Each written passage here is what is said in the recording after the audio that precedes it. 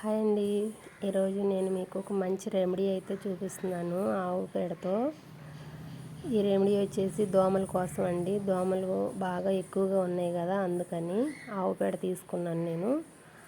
ఆవు పేడ తీసుకుని కొంచెం కసిందాకు, కొంచెం వేపాకు, సీతాఫలపాకు అండి,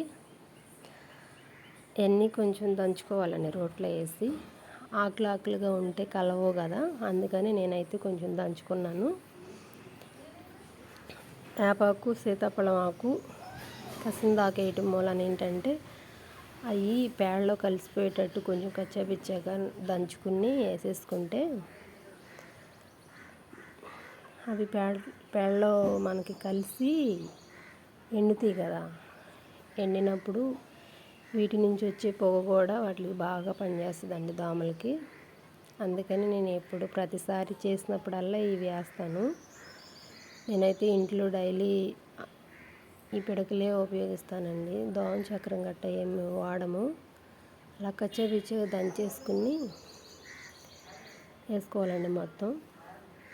సాంబ్రాణి వేయటం మూలాన మనకి మంచి స్మెల్ వస్తుందండి. ఇంట్లో మనం ఆ పిడక వెలిగించి పక్కన పెట్టుకుంటే మంచి స్మెల్ వస్తుంది అనమాట. ఆకులన్నీ అలా దంచేసుకుని ఆవు పేడలో అయితే వేసుకోవాలి.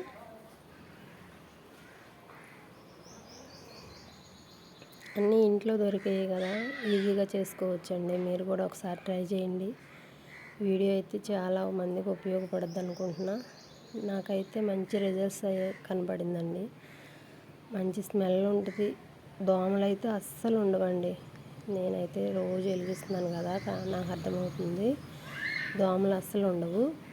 ఆకులన్నీ నూరుకుని మనం దానిలో కలుపుకోవడం వల్ల ఏమవుతుందంటే ఆ పేడతో పళంగా ఇవి కూడా ఎండిపోయి చక్కగా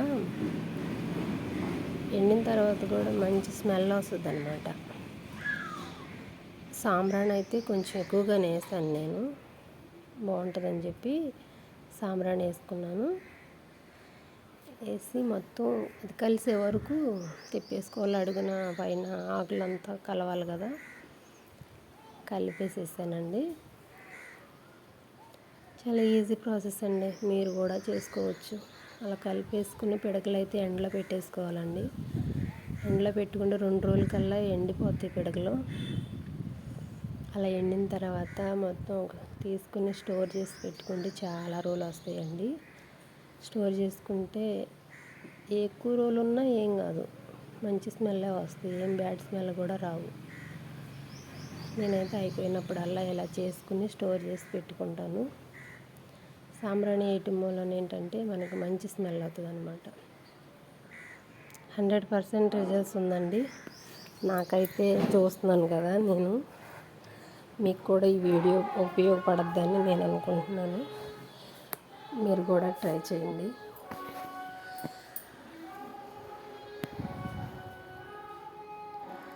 దోమ చక్రం ఎలా వెలిగిస్తామో అలా వెలిగించేసి పక్కన పెట్టేసుకుంటే ఇంకా కొంచెం కొంచెంగా నిదానంగా కాలద్దండి, ఎక్కువగా కూడా కాలదు. ఆ పొగ మనం తీసుకున్నా కూడా మనకు కూడా హెల్త్ పరంగా చాలా మంచిదండి. ఒకసారి ట్రై చేయండి. అలా స్టాండ్ మీద పెట్టేసుకుంటే చాలా బాగుంటుంది. మీరు కూడా ట్రై చేయండి. ఇది చాలా యూజ్ అవుతుంది, చాలామంది హెల్ప్ అవుతుంది కూడా. ఓకే అండి.